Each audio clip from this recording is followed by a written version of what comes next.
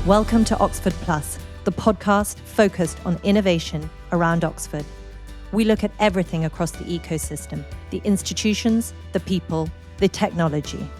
If you need to learn anything about Oxford, whether it's how to take a first step in through the door, or as an experienced investor wanting to go deeper, this is the podcast for you. What if the next breakthrough in HR didn't start in a corporate, but in a lab?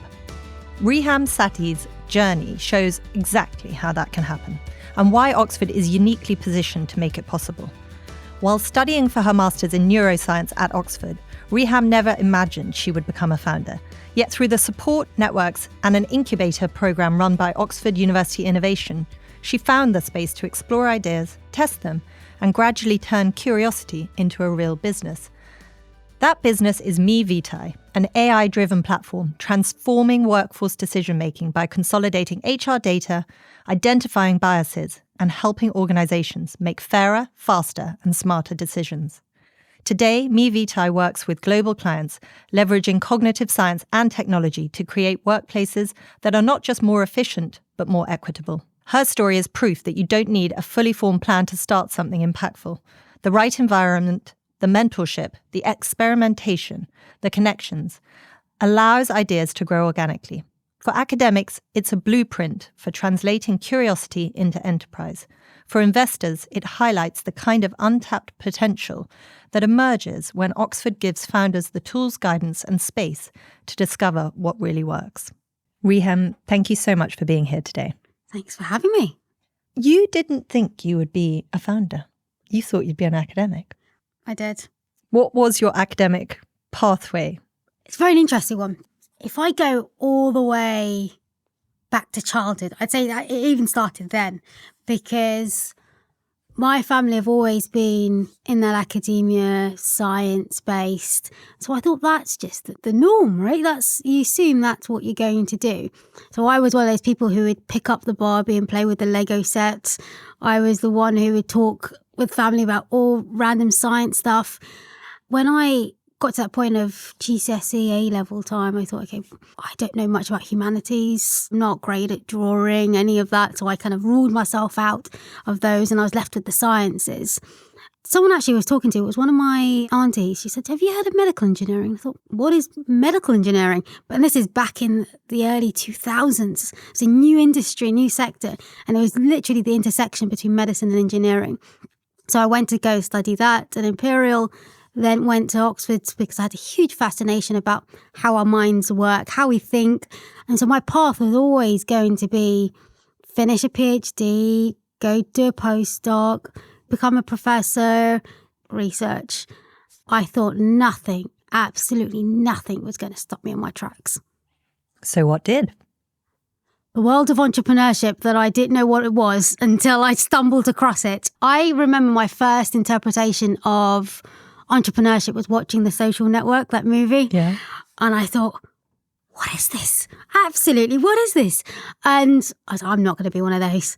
Definitely not going to be one of those. I don't know anything about business. I know nothing about building a business or any of those things. But I always had this mindset of trying to solve problems. That was always my core, I guess, value. It wasn't only until I met one of my co-founders, Vivek, that we've stumbled across a problem that we thought no one was solving. That was around how do you create fairness in the workplace? How do you make sure that decisions, especially people decisions, are fair and as accurate as possible? That is what kind of got us stumbling into the world of entrepreneurship. But back then, I wouldn't call it entrepreneurship. I thought back then it was us trying to solve a problem, really, which what most academics do anyway, solve problems. And how did you come to focus on that problem? Because given your own pathway, it doesn't seem obvious, but I may be wrong, that it's something you had been subject to. Correct. It isn't an obvious link. And it's a funny story how we got to that link. Vivek at the time was studying computer science and was exploring what should be the next career path that he should take. And he wanted to be a software engineer. And I said to him, you could apply to the usual grad schemes, but the amount of applications that organisations get, I said to him, there must be another way to try and grab the attention of these amazing recruiters and HR managers that will differentiate you. And I'm always a fan of what we call the prove it model. If you say you can do something, prove that you can do it. It makes more sense than to write it down. And so we spent a couple of days, we built this app of Vivek CV, we put it up on the Microsoft Windows Store. Microsoft comes back and rejects it and says, sorry, we can't release this app, it's Vivek CV. Why would we have it on the Windows Store? Went back to the drawing board and we let just other people interact and upload their resumes, a bit like a CV in their pocket. Before kind of LinkedIn was a thing, before we knew it, that app had about 50,000 downloads. It was ranked the top app on the Windows Store. We had about 100 downloads a day. And the next thing you know, you get an email from Microsoft going, can you come over to the office in Reading? And we thought, sure. Hopped on to Thames Valley, where Microsoft's UK headquarters is. Had a conversation with the team and they said, how did you capture all this data and this insights, which explains why they've acquired LinkedIn now. And we thought, can you get Vivek a job now? Because this was the entire objective. We're here, we've done it. And they thought, why don't you look at the industry and the space? And that's when we started to realize and uncover how fragmented the industry is. The pipeline is very convoluted and it isn't always as straightforward and as efficient as it could be. And that's how we stumbled into the world of entrepreneurship, getting Vivek a job. And Vivek has a job now. He's the co-founder of MeVitae. So let's go on to the next task, shall we? You're not ordinary. No 9-to-5 meal deal lunches, meetings about meetings, compulsory team building, or living for the weekend. You're made for more, for the extraordinary, and you need an extraordinary bank. HSBC Innovation Banking exists exclusively to help visionary, VC-backed tech and life science businesses achieve their ambitions. From pre-seed to IPO, unicorn, and beyond, they provide custom solutions co-created by actual industry experts to help you scale, delivered by a dedicated team you can call whenever you need to. Talk to me a little bit about how you actually started. Did you get some funding? Did you have investors initially? I'd love to understand that side of your journey. It's a very interesting journey, our funding process. So when we started off, no funding, nothing at all. I was doing my PhD at the time and Vivek was just recently graduating from university. And we wanted to take a good go at this and build this organisation from the ground up. I didn't know what investors were back then, and I will hold my hand up to that. It was a very new experience for me. But as I was talking to investors, the questions, okay, tell me about attraction. Tell me about how far you've got. And I was like, we've just started building. And I knew, okay, that is not an opportunity we should go to yet until actually we've built it, we've got clients, and we've got revenue. So the next best thing was grant applications. I guess having that academic side is, you know how to write applications. That's the skill set that I've managed to unlock. We spent a lot of time applying to different grant processes, Innovate UK, Oxford Council, European Space Agency, where we're currently based. And we managed to accumulate several hundreds of thousands of pounds of grant funding. That was the kickstart to getting this built from the ground up. So we used that grant funding to hire some people. We brought some technology and we went in this kind of stealth mode building phase and then used that to then talk to prospects and started generating revenue. What point was that, out of interest? So that is when we got our first clients, but it was a large enterprise, about 30,000 employee size. We were making at least over 100K. So it was very, very early stage, just our first revenue. I then went to the investors and went, we're growing, we've got clients. Here you go. At that point, we had a bit more leverage and we started talking and networking with investors. And our strength at MeVitae is our board. They have been influential and they're very, very supportive. So we have investors like SFC Capital. We started off our journey at Oxford University Innovation. We've got Apex Black. And we've also got fantastic non-execs like Riham Satti, the co-founder of Shazam, Jeff Hughes, one of the key members in Microsoft when we started our journey at the very beginning. It doesn't strike me as a massively capital consumptive scaling journey. No, we've been bootstrapping our way from the ground up as much as possible because I guess you get more leverage and you can kind of build what you want to build on the back of it. And I think our board have been really supportive on that journey. We've been striving for that profitability piece that gives us that control. And so therefore we haven't had to raise another round and we can grow organically, which is a nice position to be in because the market out there is very tough at the moment. And so you've articulated there part of the problem, that it's fragmented, but you started by describing that you're trying to fix a more fundamental problem, which is fairness and how companies can try and look at things through a lens. So talk about how it's actually evolved and what it is that you're doing now. Absolutely. And I guess with any organisation, they always evolve, they change, they adapt, they innovate. And if you don't innovate, you die. And for us, the core value of MeVitae, and I think this comes down to the culture and the team and the organisation, fairness is ingrained in everything that we do. And our definition of fairness is every decision that is made, especially people decisions, are as consistent as possible and treat everyone as equally as possible. So if you ran the test over and over again, you'd get kind of similar results, if not the same. That has always been the essence of everything we've built from back then when we were starting to now. We started off, I guess, from a B2C perspective because it was an app that people could use to put their details on there and apply to jobs, etc. But then when we looked at it from the employer's perspective, we uncovered that actually there's lots more steps involved and that, in fact, every single step has its own challenges. And what typically in our organisations will do is have a job description. They'll post it out, applicants will apply, they'll screen it, they'll then review those, do interviews, etc. From a candidate perspective, you typically just see, I've applied to a job, here's an update, I've accepted or rejected, and here's an interview. There's a lot more steps involved. And every single step of that process is got its own complexities and challenges.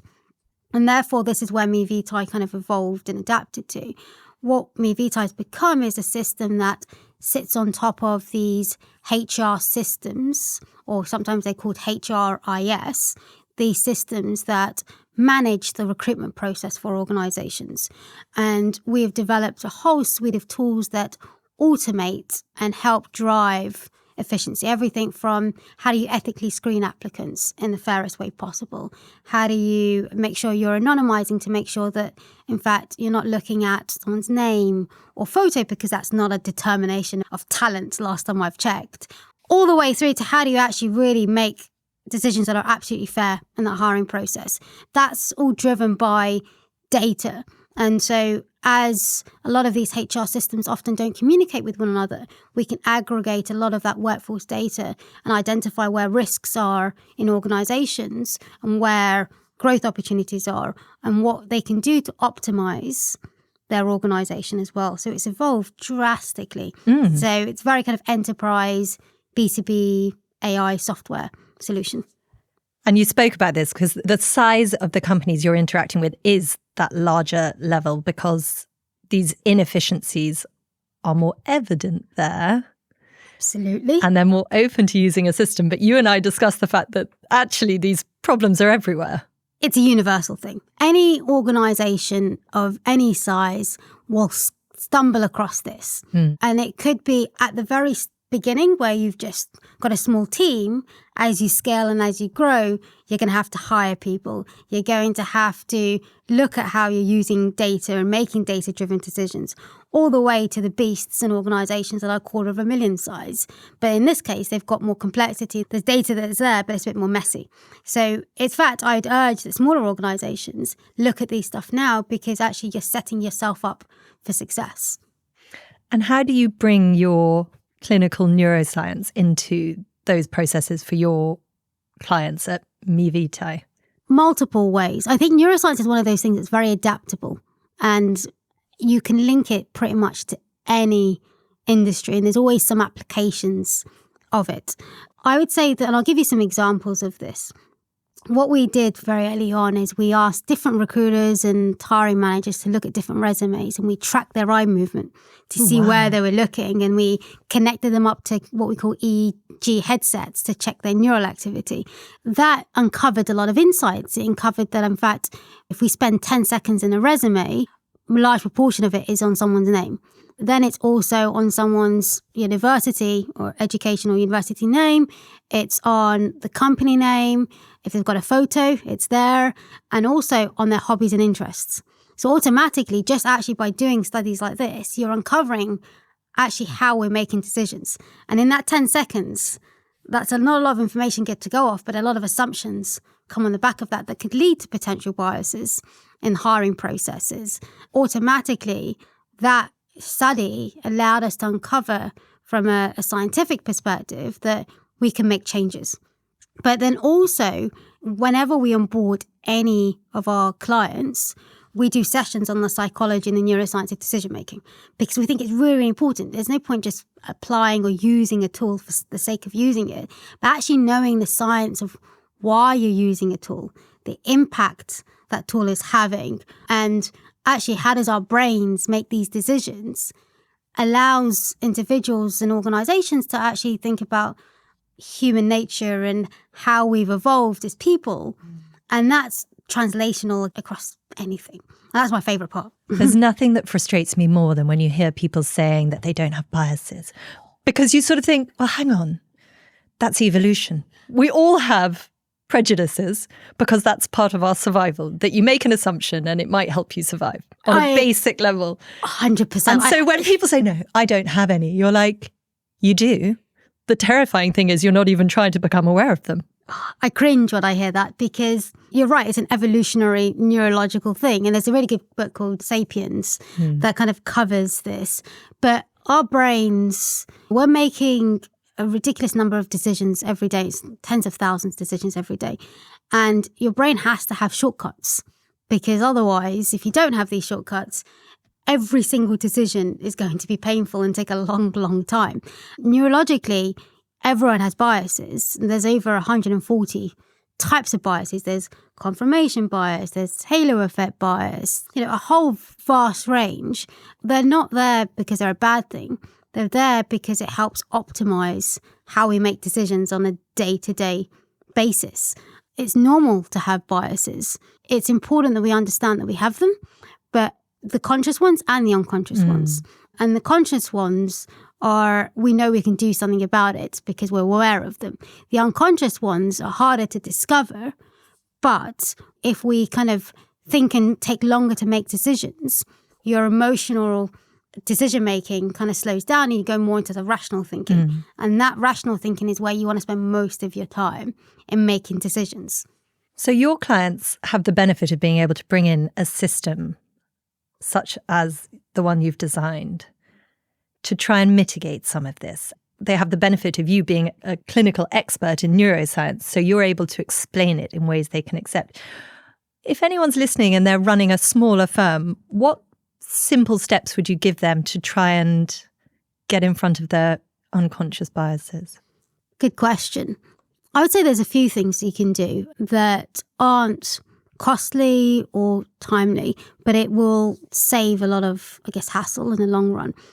When you're screening applications, anonymizing information will help because you're not looking at that name, you're not looking at the photo, and you can decide the level of redaction you want to do. So that will help automatically. Biases happen in the milliseconds time frame. It's so fast. You don't know you're doing it. Automatically, that will help. Also, when you're screening applications or at that interview stage, having a diverse panel range, because not everyone's going to think the same. Even actually what I'd recommend is sometimes, the loudest person speaks. But in fact, if everyone writes down what they think of a candidate, then come together and present it together, you've got more efficiency that way because it's more kind of subjective across the board. So that would help as well. If you notice that people, and this is where you got to just communication. If you notice that people they have these opinions that you think, actually, it's okay to question them and have those conversations and discussions because that's how we all learn, how we all adapt. And then lastly, I guess it was that emotion over rational decision making. The way I think about it's a bit of a seesaw. When you immediately presented with a decision, you tend to go with a gut reaction. That's your first emotional response. And that's normal. But in fact, the more time you give yourself to make a decision, that emotional response kind of reduces and suppresses, and the rational starts to creep up. And that seesaw kind of flips over. And actually, so when making decisions, taking a bit more time to make those decisions is absolutely normal. And that will actually help mitigate some of those biases as well. That's so helpful. I had the slightly terrifying experience of putting in place with an investor that was on the advisory board I think he was the HR manager at Blackpink. And he was at DeepMind before that. And then he was at Octopus Ventures. Shout out to Jonathan Dunsford Smith if he's listening. He was fantastic. And at a company that I was interim COO for, we put in place a hiring system. And if I'm candid, all it made me realize was how dreadfully I had run this process at previous times in the firm that I'd run before, because it was so subjective. And we were all, I'm sure, guilty of asking the same questions at each round, which is another mistake people make, a lack of focus on reporting back so that you get everyone's feedback, but also just going with the people that we probably on our gut instinct liked, which often are the people that are most like you. Yes, you get drawn to people that are like you. Yeah. And so it made me cringe slightly, but I was pleased that at least we put in some of what you've just mentioned. No, I'm glad and I'm good. And I think that's organisations, if we're thinking about it from that perspective, it's important to kind of consider what to do, because that's how you kind of evolve and you adapt and makes you more efficient. And even if you think about it from just a screening perspective, what I've seen happen over the years is organisations will have screening tools, right, that are kind of keywords, Boolean search matching of candidates between a job description and a CV or a cover letter or an application form. And what typically happens is that the system is then matching between those words to see actually, so the more words you have in your CV, that's how you game the system in essence. But in fact, with the use of AI and technology adapting, there's a lot more different kind of hiring algorithms that are there. But one thing as my recommendation is for organizations to question how these algorithms are being built, how they've been designed, because you want to make sure, again, I guess from that fairness perspective, that it's treating all applicants equally as much as possible, so that, in fact, it's not ending up with the same situation that Amazon used to have back in the day, where it actually screened, I think, women out. Yeah. And that you don't want that situation. And to avoid that, it's really important to scrutinize the AI and how it's been built and how it's been designed and how it's evolved and what's it been tested on, so that actually it's future-proof. Whether you're a founder, a scale-up, or an established technology business, success takes more than good numbers and a great idea. It takes the right partner working alongside you. That's why so many Oxfordshire businesses turn to James Cooper Creston. For over 20 years, they've been a respected and trusted part of the Oxfordshire ecosystem, supporting organisations with tailored, forward-thinking advisory, accountancy and taxation services, plus a range of other specialist support covering audit, payroll, corporate finance, business planning, and more to support throughout the entire life cycle of a business. What makes them different? They take time to understand your journey, your goals, and the story behind your numbers, offering clarity, insight, and informed practical guidance exactly when you need it. And with the reach of Creston Global, they'll help you connect with the right opportunities locally, nationally, and internationally, so that your business can grow, thrive, and truly maximize its potential. To find out how James Cooper Creston can support your next stage of growth, visit jamescoopercreston.co.uk. And so that brings me on, we've spoken about some of the problems and you've alluded to the benefits that it can bring. But when you're pitching to your clients, what are the benefits beyond the obvious?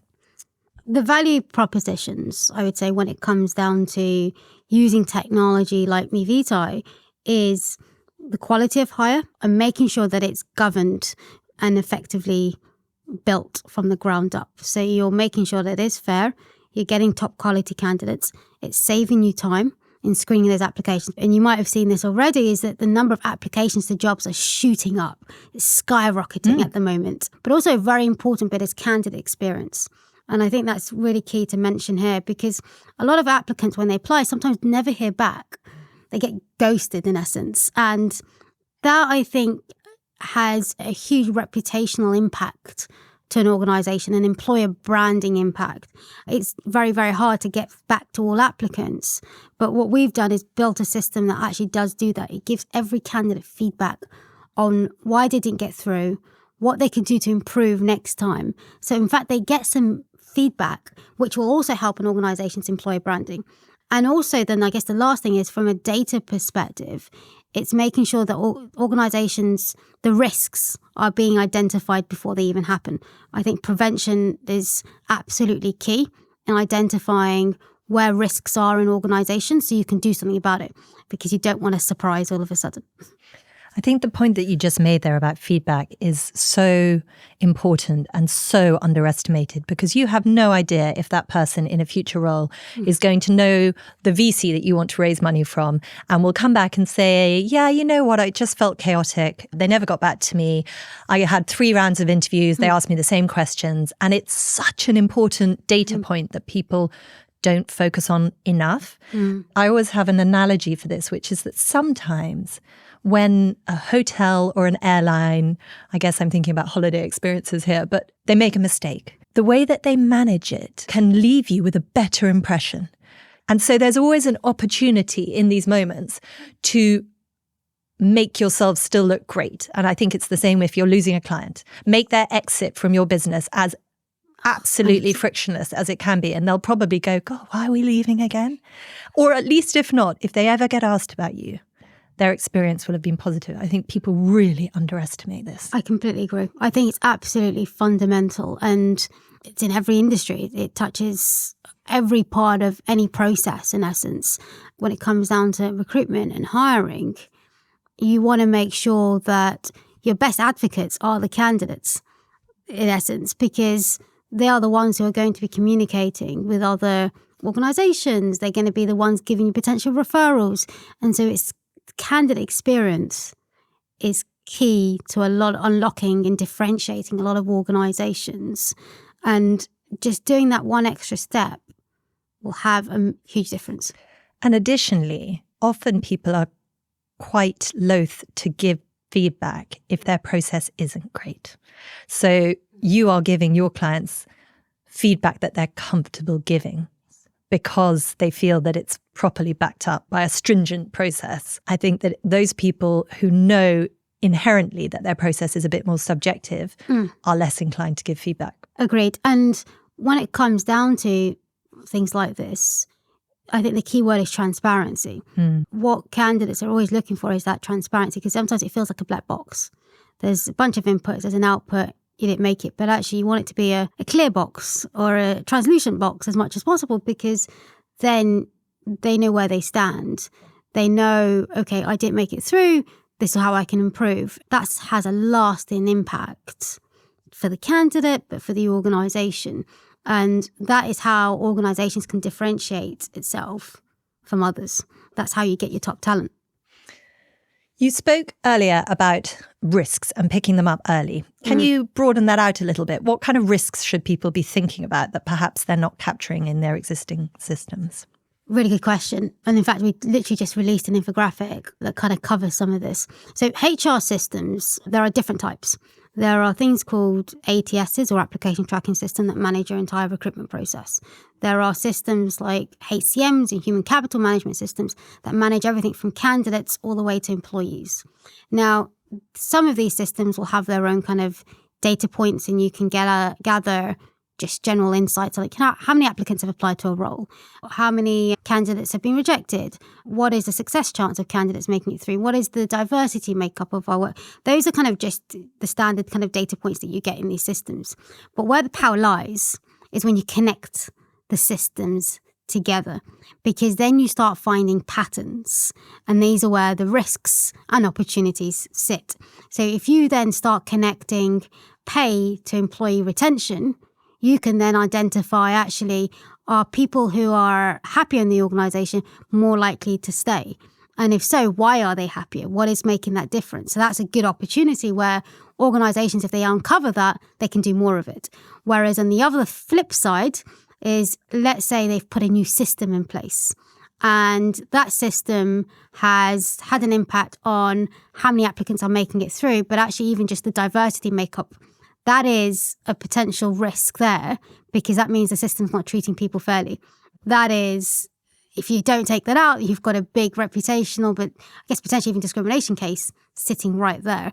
And so that intersection of this data allows you to uncover where in your systems inefficiencies lie, and how do you potentially change that? Where is the intersections of opportunities that exist between your systems, but also as a HR director or leader, how do you strategize to improve that? it will tell you where systems that you're putting in place should potentially be removed and actually costing you more running them than non-running them. The possibilities are pretty much near endless. But the key bit is making sure you're connecting the right things together and have enough data to be able to kind of backtrack on the back of that. Amazing.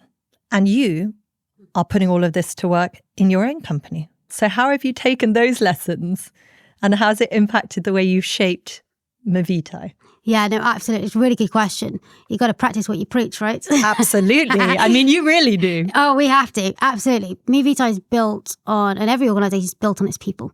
We want to try and make sure we're making data-driven decisions in everything we do, because then you can quantify it, you can optimize on it, you can make changes, because otherwise it's taking a stab in the dark. And so for us, we try and connect up as much information together. We will connect up sales metrics to retention. We connect up everything from our hiring data across to employee happiness and retention. We will connect up customer success to finance. Everything is interconnected in our organization because that's the only way you can scale and grow and make those data-driven decisions. And so our reporting is stringent on that basis. That allows us to go, okay, actually, this is a pattern we didn't even discover or notice. We didn't notice that we've got more clients in this certain sector that we're driving more growth in, or actually it's quicker to close clients in this sector. Or actually we've noticed that we've added a new reward program and now people are more happy on the back of that. All of these things are coming on the back of initiatives that we've put in place that we can quantify, but then we can measure the impact of them. And I think that's the key word there. When you put any system in place, you don't want to be able to just figure out the pattern, but you want to be able to know what difference did it drive. So before you put this in place, what was the results? And after you put this in place, what were the results? And that comparison is what allows us to make the changes. And that's, we sit in that margin of those differences. And in terms of happiness, because I think it's a really interesting one to measure, what have you put in place that perhaps has surprised you that's made a difference? Retreats in our organisation was the thing that made a huge difference. We're pretty much a remote team. We've got people all the way down south near London, and the furthest north is near Liverpool. So full spectrum, and everyone's dotted around. And we do meet up often to kind of just brainstorm, have get-togethers, etc. But in fact, the thing that made a huge, huge difference was company retreats. And these are a couple of days away with the team in different locations. So we did Cyprus last year. Before that, we did Bath, we've done York, we've done Wales. A couple of days where everyone actually gels together. And it's the most proudest moment I have at MeVitae because everyone's getting along really well. Everyone's still diverse, right? Some people are more introverted, some are extroverted. But actually, if you can spend a couple of days together, all locked up in a place, then you know you've done good. I think everyone's morale shoots up. Everyone's really excited. Everyone feels energized. Everyone feels like we've all gelled together. And it's a really, really beautiful thing to see. How are they structured? Very unstructured, I'd say. But it's down to our amazing ops manager that we have. People get to vote on where they would like the destination to be. They kind of put their proposals in, what we've done recently. Then we kind of plan, how many days should we stay? It's typically anything between 3 to kind of 5 days is the stay, where we'll find availability for everyone in the team. The first day is always a meal where we're always either kind of eating something out together as a meal, just everyone to kind of chill out and rest because they're all shattered. The next couple of days are strategizing. So it's more around what's worked really well. We call them kind of all hands in our team, where it's kind of like that retrospective session of what's worked, what's not worked, what do we need to optimize. And then it's just a bunch of fun activities, depending on the location. So we've done everything from safaris, we've done scuba diving, and that's just doing something fun together as a team where you're not just always thinking work, work, work, makes a hell of a difference.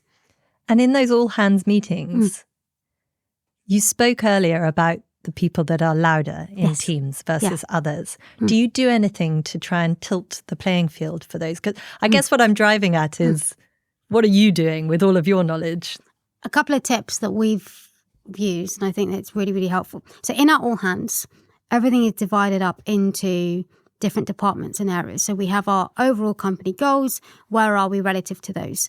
Then every department has an opportunity to raise what they've done, what's worked really well, what their concerns are. And no one else can interrupt because that's their chance to raise those concerns. We do that for every single department. And then at the end, we have an area where, is there anything that wasn't raised that should be brought up? If they feel like they can't say it at that moment, the door is open for them to reach out separately to myself or anyone in the management team to have those discussions. And then we have the kudos at the end. And this is my favorite bit where, people who have done something amazing over that time frame that you just want to give them credit for. Thank you for even just sending this email for me. Or I really appreciate that you've spent extra hours out of work hours doing this for me. I think that just kind of gives people a little boost of morale and think, actually, I feel like I've been given credit. And that kind of grows and gives them the confidence. And then when we do our employee engagement, and we do those quite regularly, where we ask people, okay, what are your concerns? What are you worried about? Completely anonymous. And then us and the management team go together and go through every single piece, because I think it's important that people feel like they've been listened to. And however small it is, can we just move our meetings rather than start at 9? Can we move at 10, for instance? Or actually, some of our meetings are taking too long. Can we toucan some of those conversations? However small it is, we go through every single one of them line by line and create an action attached to each one. And then we present that back to the team and go, actually, someone's mentioned this. This is what we're going to do about it. So they can see that they've been listened to, but actually the important bit is the action that's associated to it. So then they can feel like they actually are being heard and they can speak up more and more. And creating that validation and that habit is important, because you can't just do it one-off and that's it. You've got to do it regularly, quarterly, biannually, whatever it is. That's how you see the difference. And you see people growing on the back of that. Yeah, and it makes sense. It makes sense. A lot of things make no sense, don't they? Doesn't mean we do them. No. You've alluded to lots of job applications, lots of shifting going on in the workplace. How do you see MeVitae within its own industry? Recruitment is always one of those areas that's very competitive. There's lots of players in this space, but that's because the problem is so vast and it's important. And it involves human brains and human decision making, which has that on top of it another complexity. AI and technology, it's probably the biggest buzzword that's being used and flown around at the moment in the industry. But I think for us, the important bit is not just AI, it's responsible AI. That for us is the foundations of how do you make sure that you're not just making decisions, human decisions, but making AI decisions. That's going to be a threat that if we don't focus on now, is going to have huge knock-on impact for every decision in anything in HR, really, and beyond. And so for us, one of the big fundamentals and things we're working on is making sure that our technology and leading the field in that responsible AI. We've sat with government officials and we've built frameworks with them to drive these agendas, but actually build the frameworks that these organizations are being tested on. I want to make sure that every company that uses MeVitae has that reassurance and that stamp that it's all built with that in mind, because I think that's the key differentiator when it comes down to this space and this industry. And knowing that every technology piece has been built with that, from how it's been designed, the data that's been used, the decisions are transparent. It will tell you how it came to the conclusion that it did. That for us is how we want to see the space evolving and leading the charge on that, which I think we are doing and we need to do more of. On top of that, it's around that kind of globalization piece. MeVitae's clients are scattered all over the world. We alluded earlier that a lot of them are kind of these larger enterprise organizations. And these are where there's a lot more complexity and layers and levels to them, but there's also a lot more challenges that are yet to be uncovered. So it's like a goldmine of opportunities that are yet to be solved. And that either through data or through hiring automation, with that kind of responsible layer sitting across it. What size are you at now? And how do you see MeVitae as a company evolving in the next couple of years? So we are approximately a team of 20. We've been doubling the team pretty much year on year. We've continued to kind of wanted to grow that double year on year and continue to show the impact. We've saved organizations at least 90% of their time, at least 100K in savings. we've actually made sure that their talent pool has actually doubled. And so we want to make sure those metrics continue to grow on the back of that, and continue to make sure that whilst doing all this doubling that we're doing, making sure that everyone's happy and they feel like they're a part of it. So for me, the team culture is fundamental. I want to make sure we kind of retain that. I'm very protective of it because I believe that we have a really good culture, and I believe that everyone feels like they're making a difference. And I want to make sure we're continuing that as we scale and grow. Amazing. Riham, thank you so much. This has been fascinating to hear more about your journey, your path from academia to entrepreneurship. And I love what you're doing, and I hope it continues to go brilliantly. Oh, thank you. I appreciate it. Thank you, Susannah. Thanks for listening to this episode of Oxford Plus, presented by me, Susannah de Jager.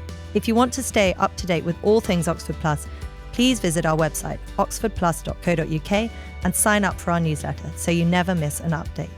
Oxford Plus was made in partnership with Mishcon de Rare and is produced and edited by Story 94.